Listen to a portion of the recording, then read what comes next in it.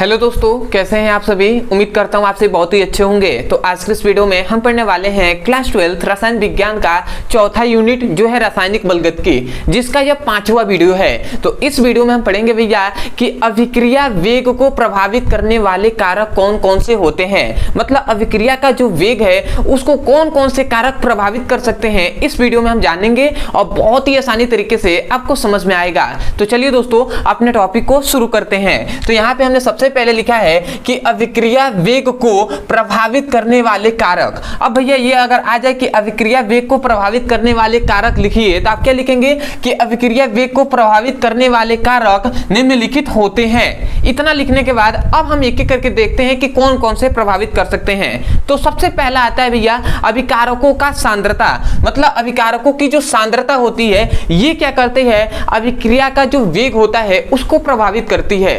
ठीक है, तो वो कैसे करती है, इसमें ये बताया गया है कि किसी भी रासायनिक अभिक्रिया है, कोई भी रासायनिक अभिक्रिया है और उस रासायनिक अभिक्रिया में अभिकारकों की यदि हम सांद्रता को बढ़ाते हैं, यदि कोई भी रासायनिक अभिक्रिया है और उसमें अभिकारकों की सांद्रता को बढ़ाते हैं, तो इसके कारण क्या होता है, अभिक्रिया का जो वेग होता है वो भी बढ़ जाता है।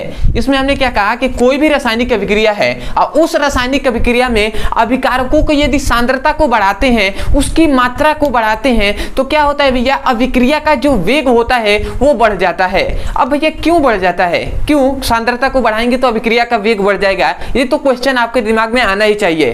क्यों बढ़ जाता है, इसका कारण ये है कि यदि हम सांद्रता बढ़ाते हैं, हमने कहा कि यदि सांद्रता बढ़ाते हैं, ठीक है, यदि हम सांद्रता का मान बढ़ाएंगे तो क्या होगा भैया, अभिक्रिया का जो वेग होगा वो भी क्या हो जाएगा, बढ़ जाएगा। इसलिए होता है मतलब कि भैया किसी भी रासायनिक अभिक्रिया में जो अभिकारक होते हैं, यदि उसकी अभिकारक की सांद्रता बढ़ाएंगे, सांद्रता मतलब क्या कि यदि उसकी हम मात्रा बढ़ाते हैं, गाढ़ापन तभी ना होगा, सांद्रता का मतलब होता है गाढ़ापन। तो भैया सांद्रता मतलब गाढ़ा कब होगा, जब उसकी मात्रा अधिक होगी। तो जैसे जैसे इसकी मात्रा अधिक होगी, ठीक है, मान लेते हैं कि अणुओं की संख्या बहुत अधिक हो गया, मात्रा मतलब क्या, अणुओं की संख्या बहुत अधिक हो जाए। अब जैसे ही अणुओं की संख्या अधिक हो जाएगी तो इन अणुओं के बीच टक्कर भी बहुत तेजी से होंगे, बहुत तेजी से टक्कर होंगे, जिसके कारण गतिज ऊर्जा बढ़ जाएगी अणुओं की। और जैसे ही गतिज ऊर्जा बढ़ गई तो भैया उत्पाद भी तो तेजी से बनेगा ना।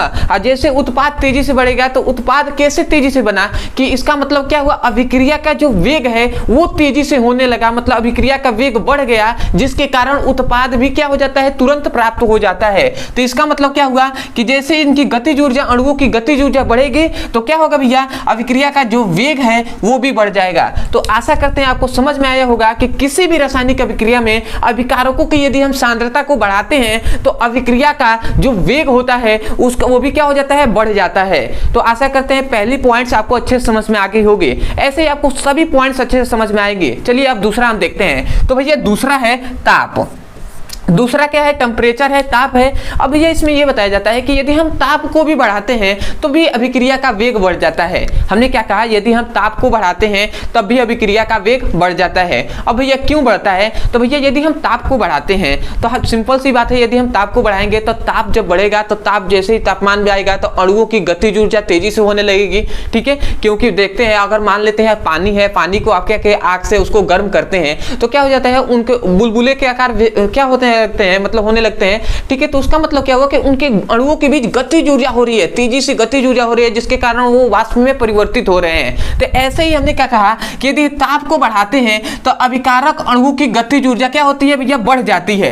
जैसे ही हमने ताप बढ़ाया तो अभिकारक अणु जो होते हैं उनकी गतिज ऊर्जा बढ़ जाती है, जिसके कारण भैया टक्करों की संख्या बढ़ जाती है। जब भैया गतिज ऊर्जा तेजी से होगी तो टक्कर भी तो तेजी से होंगे ना। और जैसे ही टक्कर तेजी से होंगे तो जिसके कारण क्या होगा, अभिक्रिया का जो वेग होता है वो भी क्या हो जाता है भैया, बढ़ जाता है, जिसके कारण उत्पाद तेजी से प्राप्त होता है। तो आशा करते हैं समझ में आया होगा कि ताप बढ़ाने पर अभिकारक अणुओं की गतिज ऊर्जा भी बढ़ जाती है, जिसके कारण टक्करों की संख्या भी बढ़ जाती है, जिसके कारण अभिक्रिया का वेग भी बढ़ जाता है।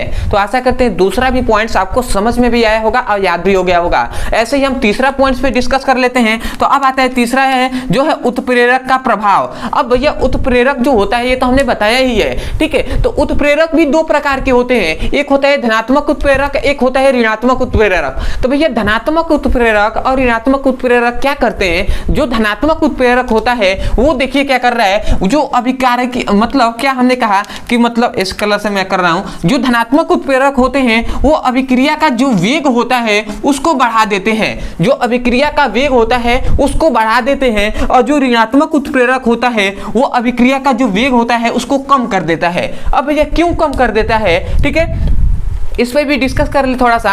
तो भैया जो धनात्मक उत्प्रेरक है ना वो अभिक्रिया का वेग को बढ़ा देता है, परंतु ये क्यों बढ़ा देता है, क्योंकि जो धनात्मक उत्प्रेरक है ये जो संकीर्ण ऊर्जा होता है उसके मान को कम कर देता है, मतलब उसके मान को घटा देता है। और जब भैया संकीर्ण ऊर्जा का मान घट जाता है इसी के कारण अभिक्रिया का वेग भी बढ़ जाता है। मतलब क्या होगा कि जो अभिक्रिया का वेग होता है ना वो संकीर्ण ऊर्जा के व्युत्क्रमानुपाती क्रमानुपाती होता है। इसका मतलब यदि अभिक्रिया का वेग बढ़े तो संकीर्ण ऊर्जा का मान घटेगा। तो ऐसे ही भैया जो धनात्मक उत्प्रेरक होते हैं वो संकीर्ण ऊर्जा के मान को कम कर देते हैं, जिसके कारण क्या होता है अभिक्रिया का वेग भी बढ़ जाता है। और जो ऋणात्मक उत्प्रेरक होते हैं वो संकीर्ण ऊर्जा के मान को भैया क्या कर देते हैं, बढ़ा देते हैं, जिसके कारण ही अभिक्रिया का वेग क्या हो जाता है, कम हो जाता है। तो समझ में आया होगा कि मतलब जो संकीर्ण ऊर्जा है, मैं यहाँ पे थोड़ा सा मैं डिस्कस कर दूं कि जो संकीर्ण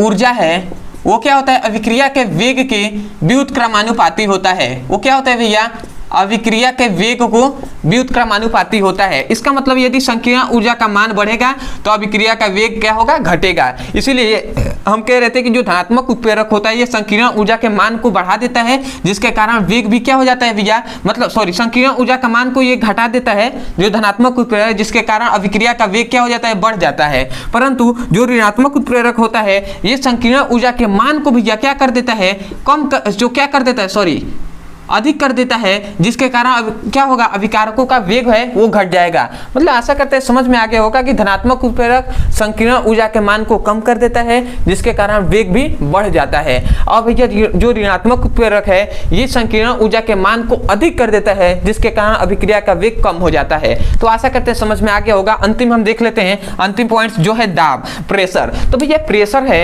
ये, इसको हम लागू करेंगे भैया किसके लिए, गैसीय जो विलयन है उस पर। तो इसमें हमने बताया कि किसी गैसीय अभिक्रिया, मतलब कोई भी गैसीय अभिक्रिया है, यदि उस अभिक्रिया पर यदि हम दाब क्या बढ़ाते हैं, मतलब किसी गैसीय अभिक्रिया के, ऐसे पर लिखे तो सही रहेगा, किसी गैसीय अभिक्रिया पर दाब बढ़ाने पर आयतन भी क्या हो जाता है, घट जाता है। मतलब क्या होगा, यदि हम दाब बढ़ाते हैं किसी गैसीय अभिक्रिया पर तो अभिक्रिया का जो क्या होता है, आयतन होता है वो घट जाता है, जिसके कारण क्या होगा भैया, जो अभिकारकों की जो अणुओं की जो सांद्रता होगी वो बढ़ जाएगी, जिसके कारण अभिक्रिया का जो वेग है वो भी बढ़ जाएगा।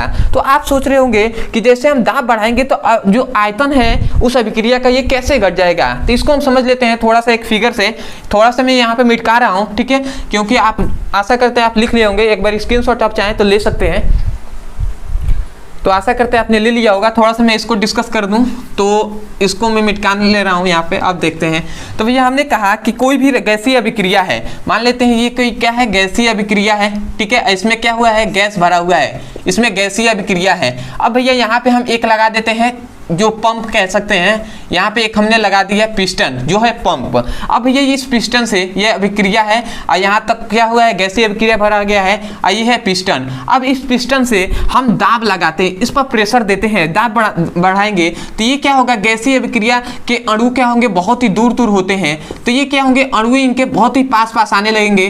तब इसको हम जान लेते हैं यहाँ से यहाँ तक हमने दबा दिया तो इसके अणु बहुत ही अब पास पास आ गए। और जैसे भी इसके अणु पास पास आ गए तो आयतन तो इसका घटा ना, पहले यहाँ तक था अब यहाँ पर आ गया, यहाँ से यहाँ तक आ गया तो आयतन घटा तो अभिकारकों की जो अणुओं की सांद्रता हुई वो बढ़ गई। सांद्रता मतलब क्या कि अभिकारकों के अणु बहुत ही पास पास आ गए, ठीक है। तो सांद्रता मतलब इसका गाढ़ापन बढ़ गया, जिसके कारण अभिक्रिया का वेग भी तो बढ़ेगा। जब भैया सांद्रता बढ़ेगा तो भैया इनकी टक्करों की संख्या भी, मतलब टक्कर भी तेजी से होंगे, और जब टक्कर तेजी से होंगे तो गतिज ऊर्जा बढ़ेगी, और जब गतिज ऊर्जा बढ़ेगी तो अभिक्रिया का वेग भी बढ़ेगा। तो आशा करते हैं आपको समझ में आया होगा कि जो दाब होता है वो किसी गैसीय अभिक्रिया पर यदि हम दाब बढ़ाते हैं तो आयतन घट जाता है, जिसके कारण अभिकारकों की अणुओं की सांद्रता भी बढ़ जाती है। ठीक है, जिसके कारण अभिक्रिया का वेग भी क्या हो जाता है, बढ़ जाता है। तो आशा करते हैं कि आपको बहुत ही बेहतरीन तरीके से समझ में आ गया होगा कि अभिकारक जो क्या होता है, अभिक्रिया का जो वेग होता है उसको प्रभावित करने वाले कारक कौन कौन से हैं। तो मैं यही कहूंगा, यदि सच में आपको इस वीडियो से सीखने को मिला हो, यदि समझ में आया है,